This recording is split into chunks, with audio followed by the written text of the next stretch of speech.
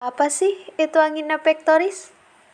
Angina pectoris merupakan rasa nyeri yang terjadi akibat arteri koronaria yang memperdarahi jantung. Kerusakan ini menyebabkan arteri koronaria menyempit atau tersumbat. Kerusakan yang terjadi bisa berupa plak atau sobekan pembuluh darah, bekuan darah, atau yang paling sering yaitu penimbunan lemak pada dinding pembuluh darah atau biasa disebut dengan aterosklerosis. Proses penyempitan ini bertahap dan membutuhkan waktu yang lama. Karena adanya penyempitan arteri koronaria, sel otot jantung tidak lagi mendapatkan suplai darah yang cukup atau biasa disebut dengan iskemik. Iskemik sering menimbulkan gejala seperti nyeri dada kiri yang menjalar ke bahu kiri. Gejala ini biasa disebut juga dengan angina pectoris dapat dibagi menjadi dua, yaitu angina stabil dan tidak stabil. Pada angina stabil, hanya dirasakan ketika beraktivitas, sedangkan pada angina tidak stabil, dapat dirasakan ketika beraktivitas maupun tidur. Jika terjadi berkepanjangan, kondisi ini dapat menyebabkan sel otot mengalami kematian atau infark miokard.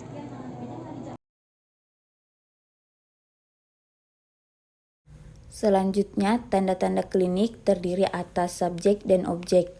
Yang pertama, tanda-tanda klinik subjek yaitu diapuresis, di mana diapuresis adalah keringat berlebih yang muncul bukan karena olahraga, cuaca panas, atau cuaca dingin.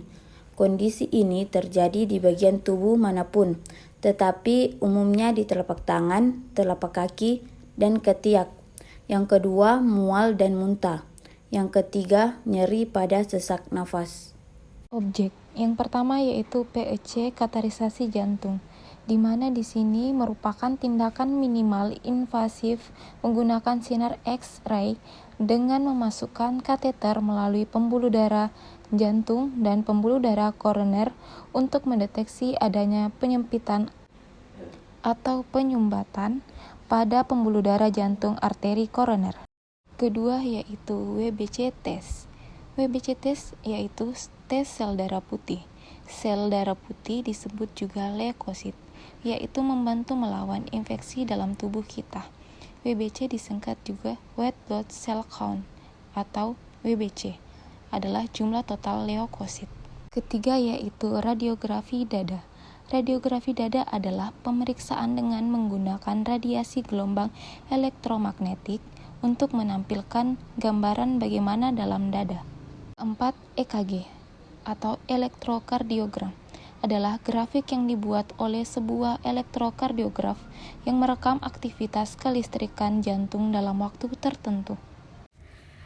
Adapun obat-obat yang dapat digunakan dalam terapi ini adalah yang pertama ada golongan beta blocker, yang kedua ada golongan kalsium channel blocker, yang ketiga ada golongan nitrat, yang keempat ada golongan antiplatelet, dan yang terakhir yaitu ada golongan ranulasin.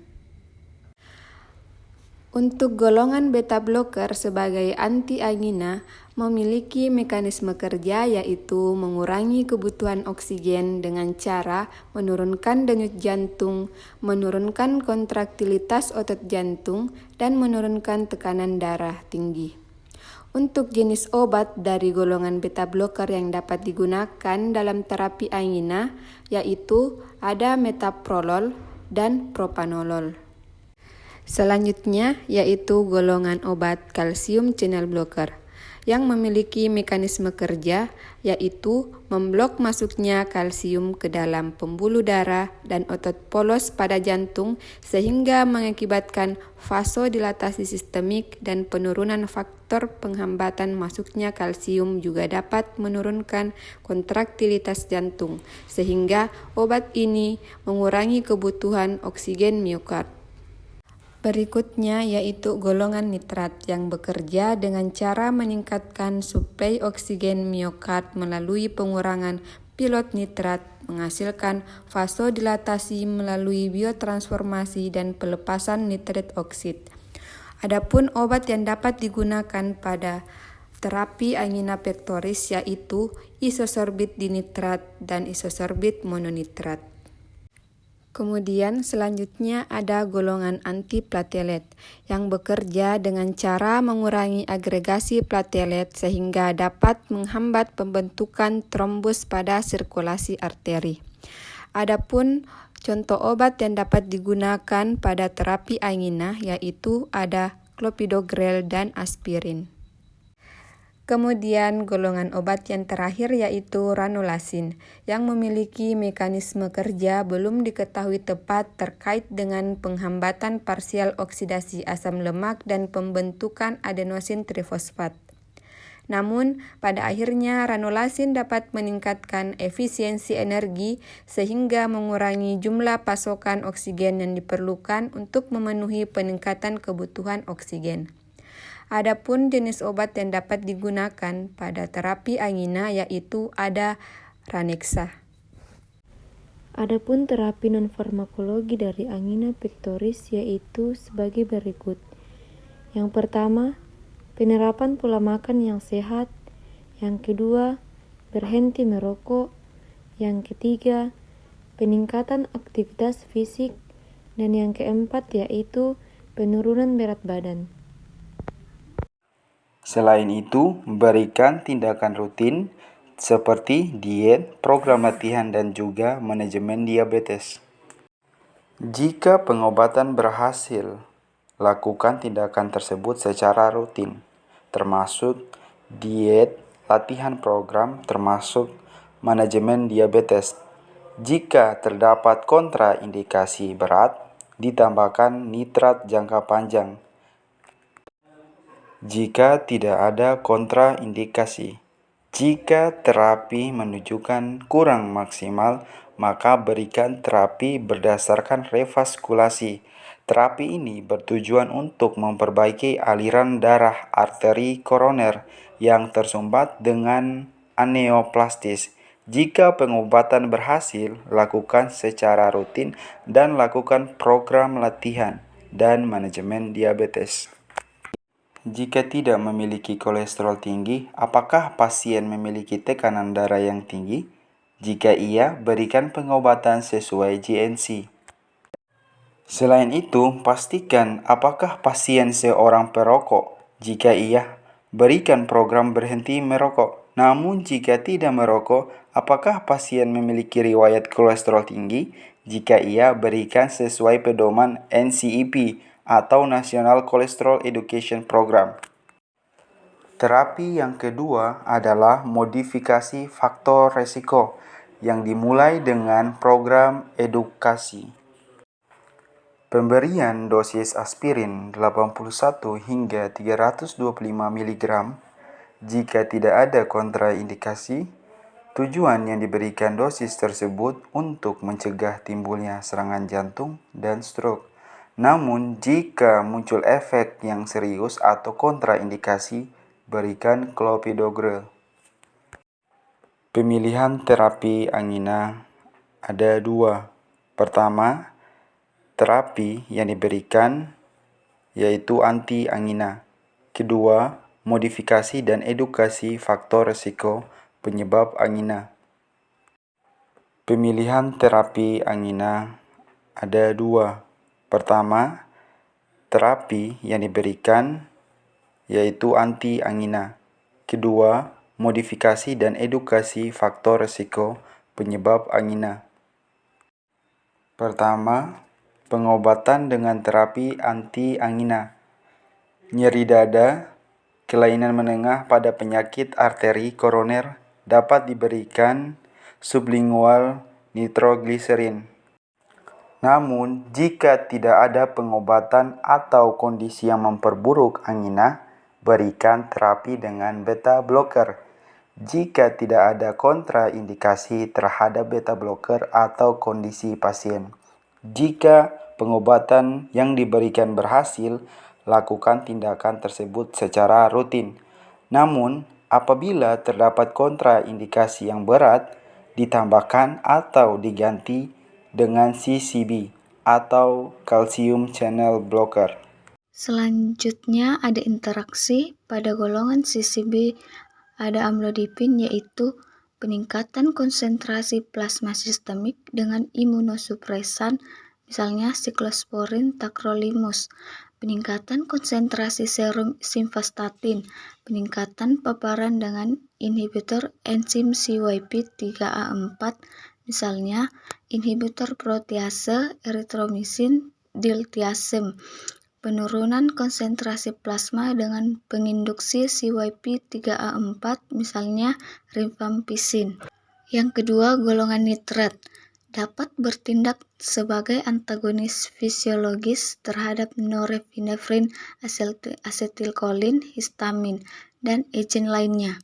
Dapat mempotensiasi efek hipotensi dengan agen antihipertensi, misalnya penghambat saluran kalsium, penghambat beta, penghambat reseptor angiotensin II. Dapat menyebabkan hipotensi ortostatik dengan fenotiazin, MAO inhibitor, dan TCA. Penggunaan bersamaan pada pasien yang sudah menerima ACE inhibitor dapat menyebabkan gejala kolaps sirkulasi, berpotensi fatal seperti risiko hipertensi berat, iskemia, miokard, atau sinkop dengan inhibitor PDE5, misalnya sildenafil, vardenafil, tadalafil. Peningkatan risiko hipotensi dengan riociguat. Berikutnya ada antiplatelet,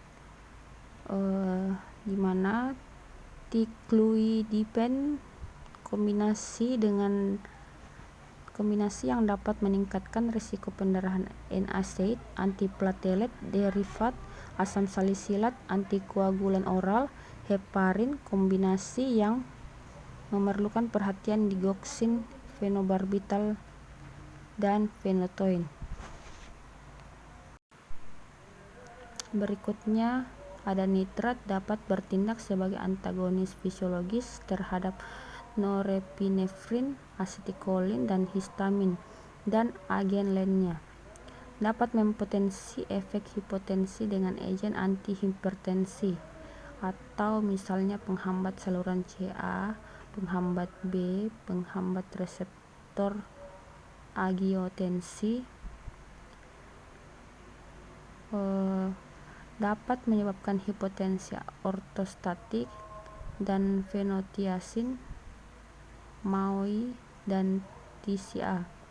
Penggunaan bersamaan pada pasien yang sudah menerima ACE inhibitor dapat menyebabkan gejala kolaps sirkulasi, berpotensi fatal, risiko hipertensi berat, iskemia miokard, atau sinkop dengan inhibitor PDE5, misalnya sildenafil, vardenafil, tadalafil. Peningkatan risiko hipotensi dengan riociguat. Berikutnya BBC. Nifedipin dapat menyebabkan efek hipotensi aditif dengan 4 mg sulfat dan agen antihipertensi lainnya, atau misalnya bloker, ACE inhibitor, diuretik.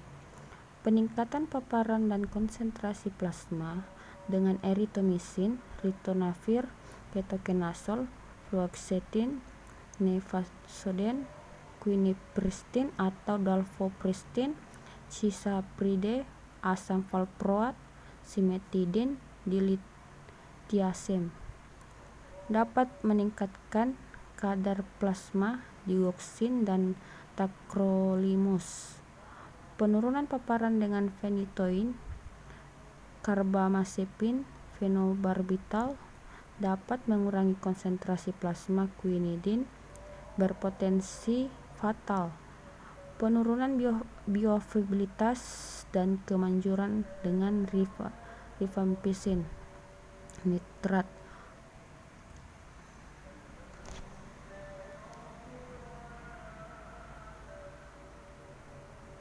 Selanjutnya, kita akan membahas kontraindikasi dari penyakit angina pectoris. Yang pertama ada beta blockers, yang dimana dikontraindikasikan pada pasien asma, bradikardia akut, atau hipotensi memiliki kontraindikasi yang relatif terhadap penggunaan beta blocker. Contoh obatnya yaitu amlodipin.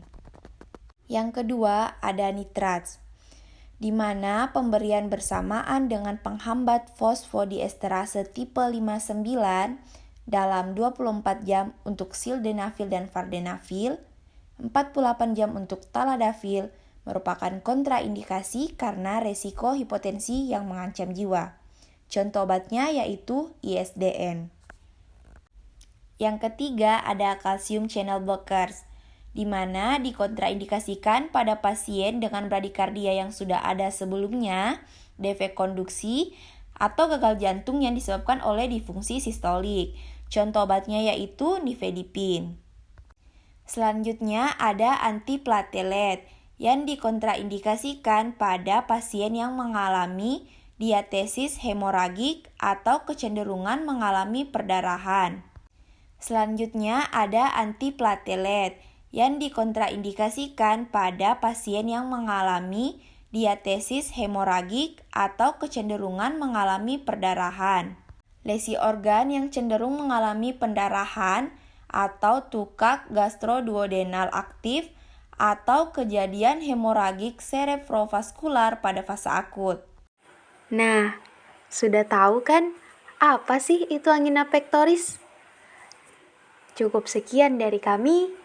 Sampai jumpa di kelas berikutnya. Bye-bye.